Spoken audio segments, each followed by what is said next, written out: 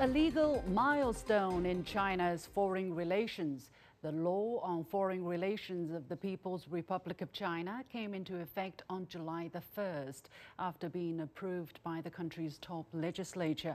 The law, containing 45 articles and 6 chapters in total, is the first fundamental and comprehensive law governing the conduct of foreign relations in China's history.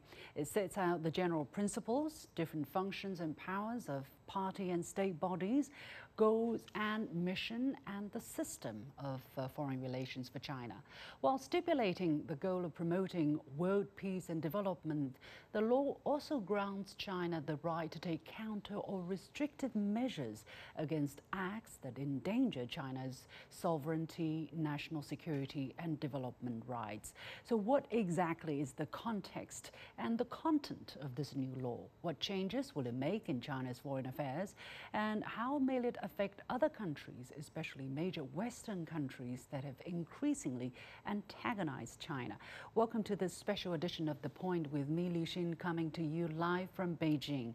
I'm pleased to be joined from Beijing by Professor Huo Zhengxin with the China University of Political Science and Law, from Shanghai by Weiwen, Senior Fellow at the Center for China and Globalization think tank, from Ljubljana, Slovenia by Alexandr Svetlicinii, Associate Professor and Program Coordinator of Master of Law in International Business Law at the University of Macau, and from New Jersey, the United States, by James Nolt, Adjunct Professor at New York University. Gentlemen, the warmest welcome to The Point. First of all, let me go to Professor Huo to clarify some of the context and circumstances for enacting this law. This is the first, as I said, fundamental and comprehensive law governing the conduct of foreign relations for China more than 70 years after the founding of the country. What are the contexts for the enactment of this law, Professor Huo? I think we can evaluate this law from two different contexts. The first is the domestic context. As you know, in recent years, China has become the second largest economy, and China is approaching its goal to build a modern socialist, modern, prosperous socialist country. Therefore, Chinese government are strengthening its legislation to build a law on the rule of law. So I think that domestically, this legislation is an effort made by the Chinese government to build a socialist country on the rule of law. Internationally, now the world is witnessing a fundamental change unseen in a century. In particular, since recent years, the United States has defined China as its most consequential geopolitical challenge. So we find that the US government impose more and more sanctions on the Chinese entities and Chinese citizens by its domestic law. Therefore, China needs such a law to guarantee its security and sovereignty and development interest. So I think that is the context, how we understand this law. Right. Well, let me stay with you, Professor Huo. There are some other very important clauses in this law. For instance, Article 5 says the conduct of foreign relations by the People's Republic of China is under the centralized and overall leadership of the Communist Party of China. Why do we need to codify it in the law now? And what would happen if the foreign relations would not be under the leadership of the CPC? Well, this article is a manifestation or embodiment of the Chinese constitutional law. As you know, that the constitutional law of China provides that the socialism is the fundamental system of the PRC. And the defining feature of socialism with Chinese characteristics is the leadership of the Communist Party of China. So this article is is a reflection of this article in the Chinese constitutional law to ensure that the Chinese foreign policy to be consistent and coherent and uniform. Otherwise, the country like China cannot safeguard that all the foreign policies are consistent. If you look at the United States or other countries where adopt the separation of powers, you will find that sometimes it's legislative branch and the administrative branch, they have a contradicted foreign policies. So I think these reflects the merits of the Chinese system. All right. We also have one more very important clause explaining the functions and powers of different organs. For instance, we have the central leading body for foreign affairs, quote unquote. We have the National People's Congress, which is the lawmaking body, of course. And we have the State Council, which is the central government. Which is the central functional government of the system, and then we have the Central Military Commission and also the Ministry of Foreign Affairs. Professor Huo, help us understand a little bit who does what in conducting foreign relations.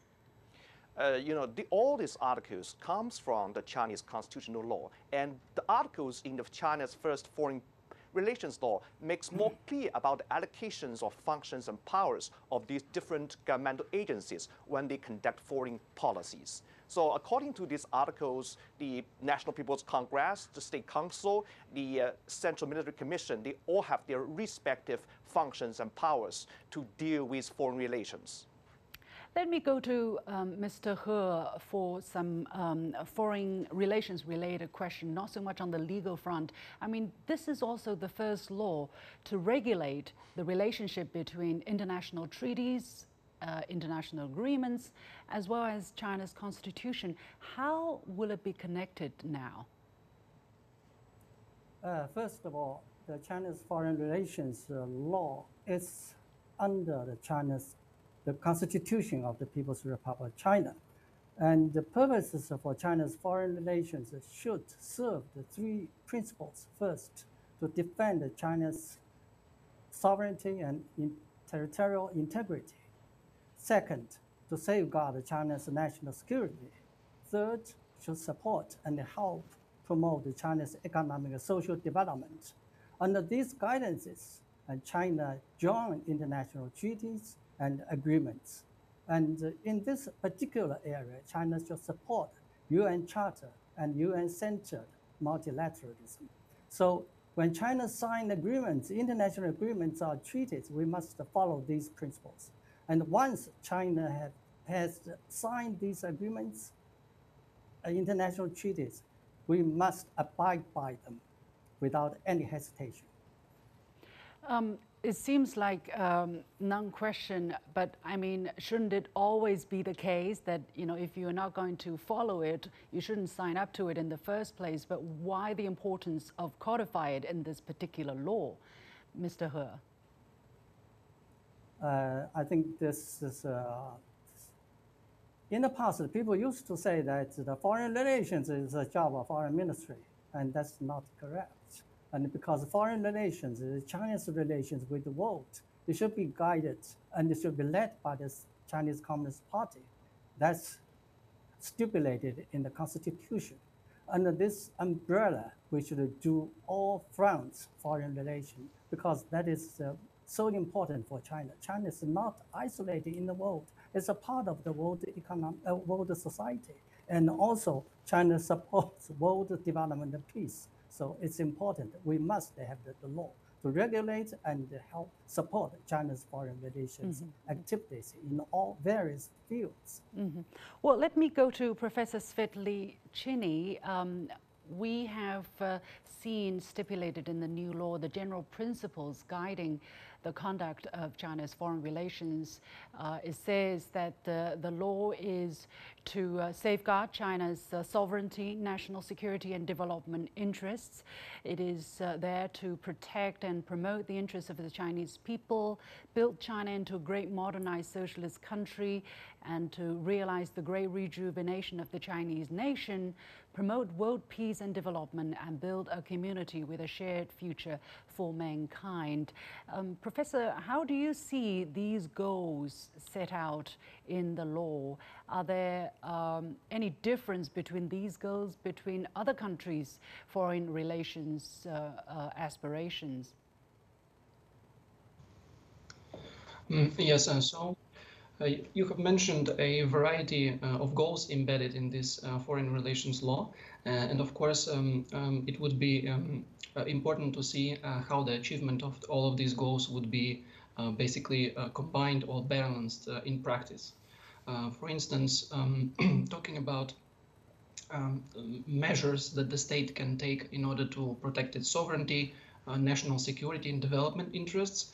This is naturally an inherent right of the state. But for example, these measures would have to be then balanced with international obligations or international commitments that this state has taken, right?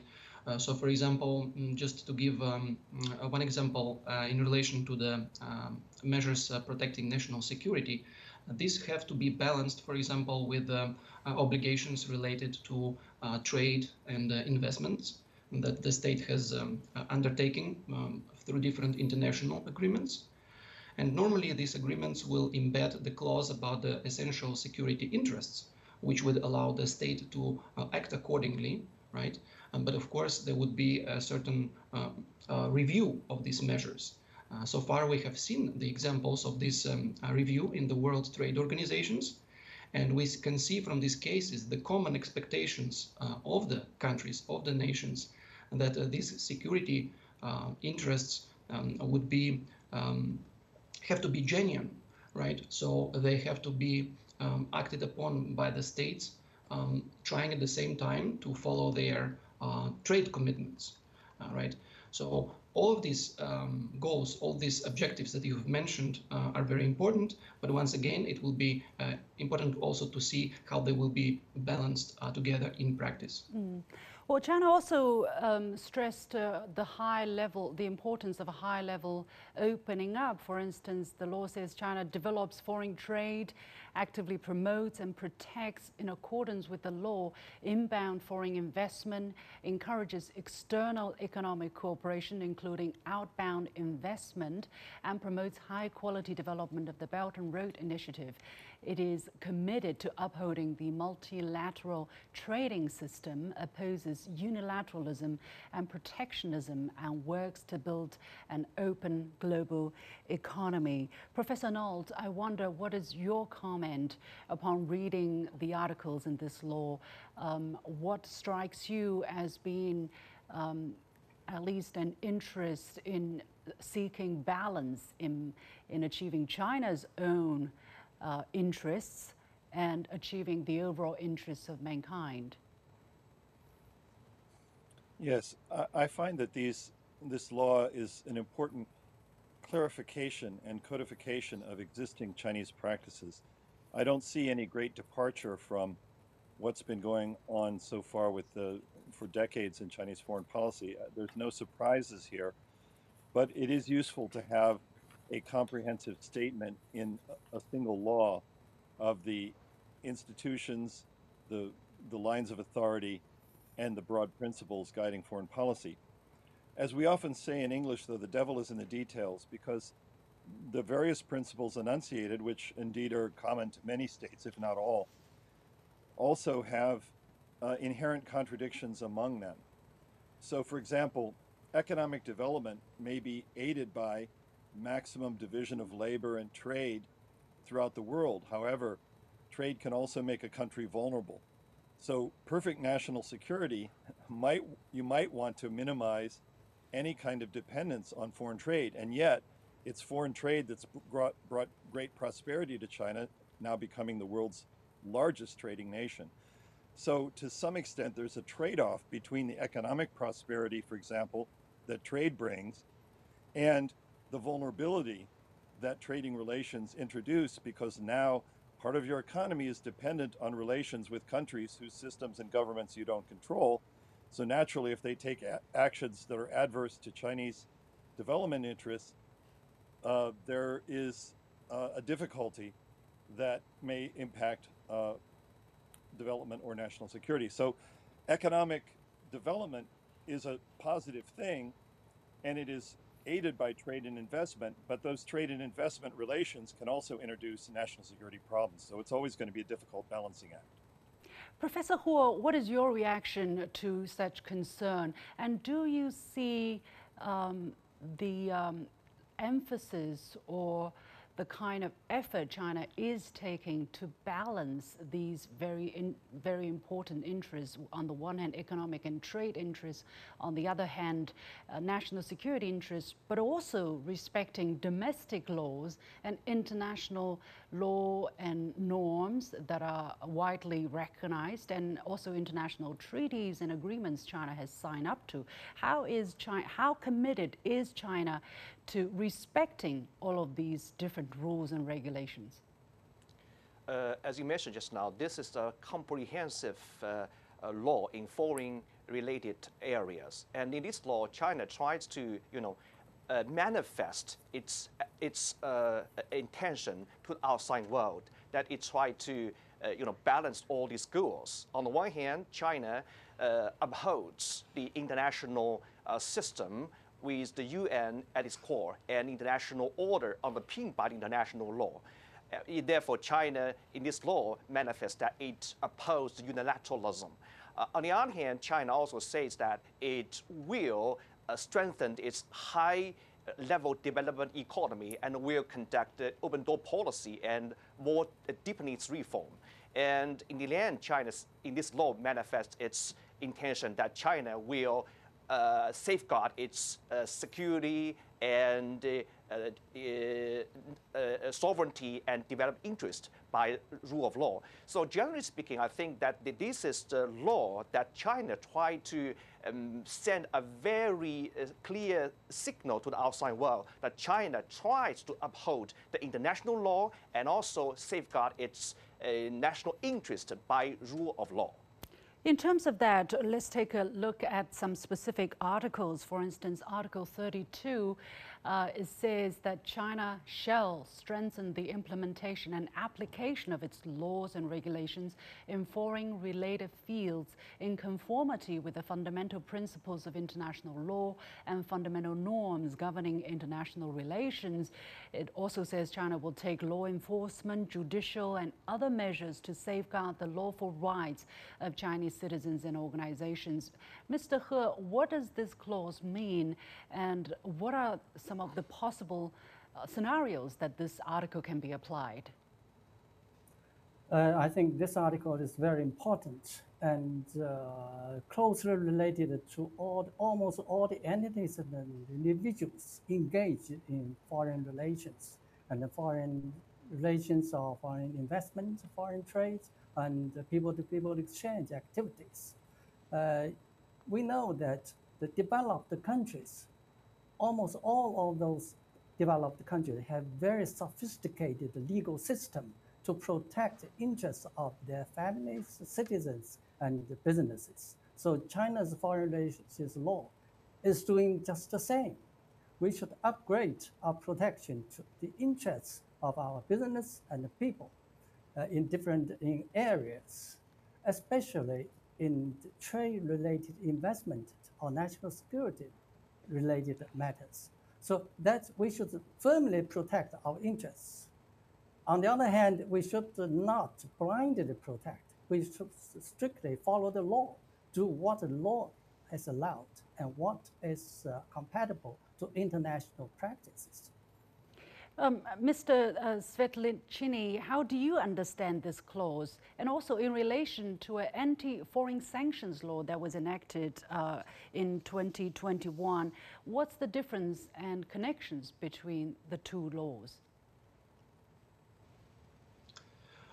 Yeah, so as you have rightly mentioned, the foreign relation law basically refers us to the possibility of adopting certain reactive or countermeasures to protect, for example, national security interests. Now, it should be stated that this reference to counter sanctions does not really introduce anything new because China already from 2021 had an anti-foreign sanctions law. One of the features of this law is basically its reactive nature, so it's a reaction towards the action of others, and also the opposition towards so-called long-arm jurisdiction. Basically, the national law should be applied when there is a certain connection to this country. So, for instance, China would apply this law in relation to activities happening in China, including to foreign persons and entities, but those who do some kind of business activities in China. So already from 2020 and 2021, there are some rules, for example, countering the sanctions of other countries, opposing this extraterritorial application of sanctions, and also certain provisions that are applied to foreign entities, for example, that are doing business in China, but for different, for example, political reasons, they discriminate or interrupt normal business relations with the Chinese companies. So all of these rules that have been already adopted, they provide a mechanism for adopting the counter sanctions. And basically this law on the foreign relations provides a certain kind of a basis, a ground for it. Because if we would look at China's national security law that has been adopted some years ago, it did not have a mechanism for imposing counter sanctions. So in this sense, the foreign relations law, so to say, closes this gap and provides a legal basis for these mechanisms, which already exists. China has so far been quite cautious in using these mechanisms, and we can see only very few rare examples when these mechanisms have actually been used in practice.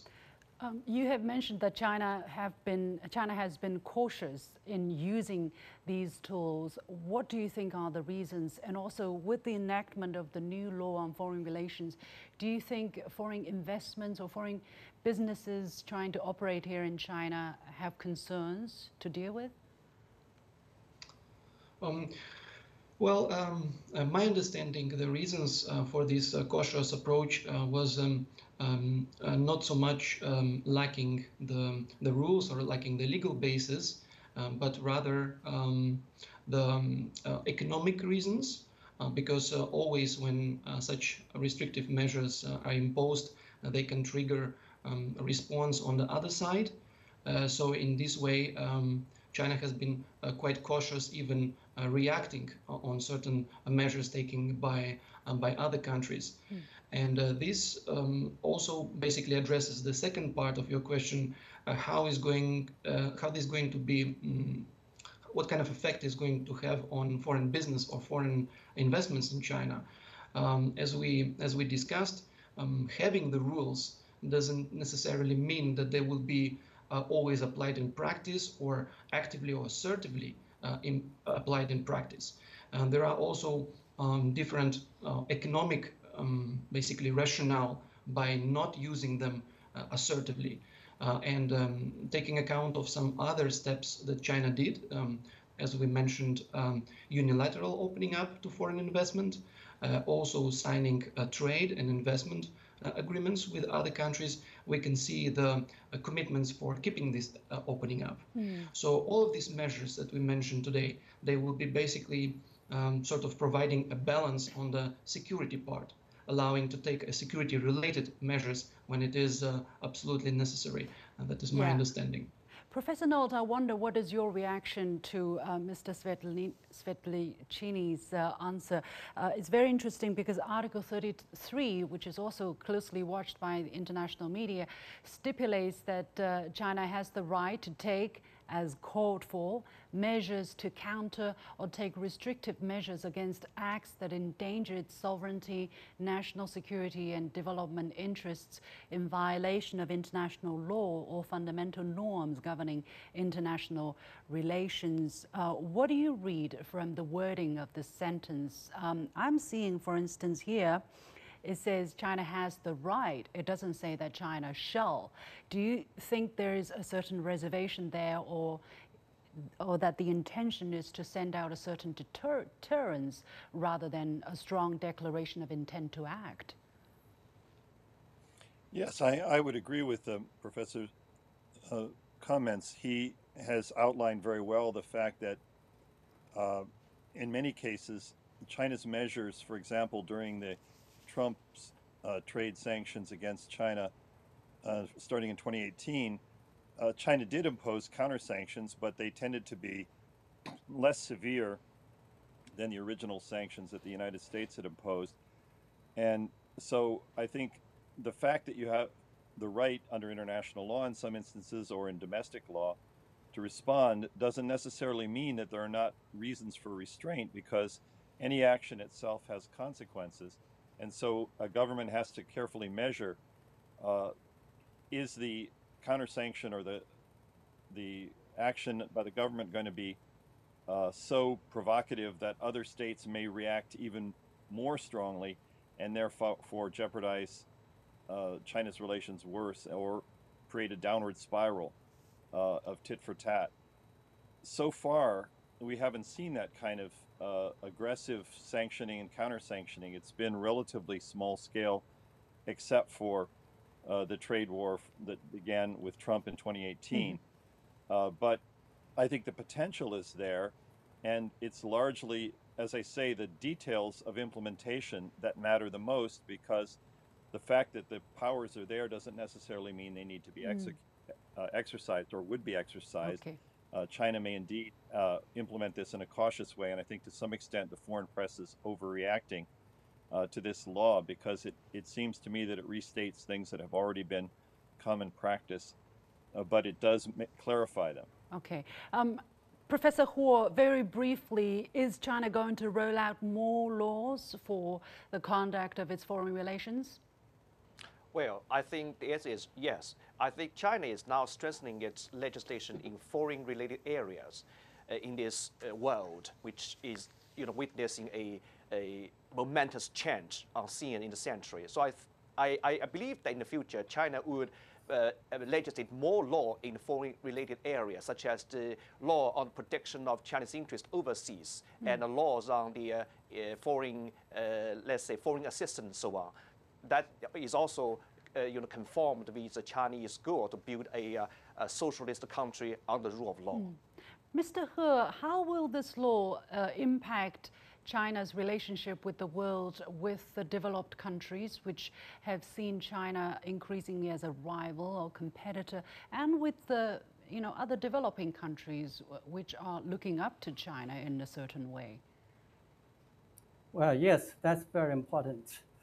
We see that the White House released a national security strategy last October, saying that identifying that China is the only power with both the will and ability to challenge the rule-based international order, so as to poses the gravest challenge to the United States. So our Foreign Relations Act, just released, has made it explicitly clear that China supports both international order. That's centered with the United Nations. That's based on the objectives and the principles of the UN Charter of the mutual respect of the national sovereignty and the territorial integrity, mutual non-interference, mutual non-aggression, and equality and the mutual benefit, peaceful coexistence.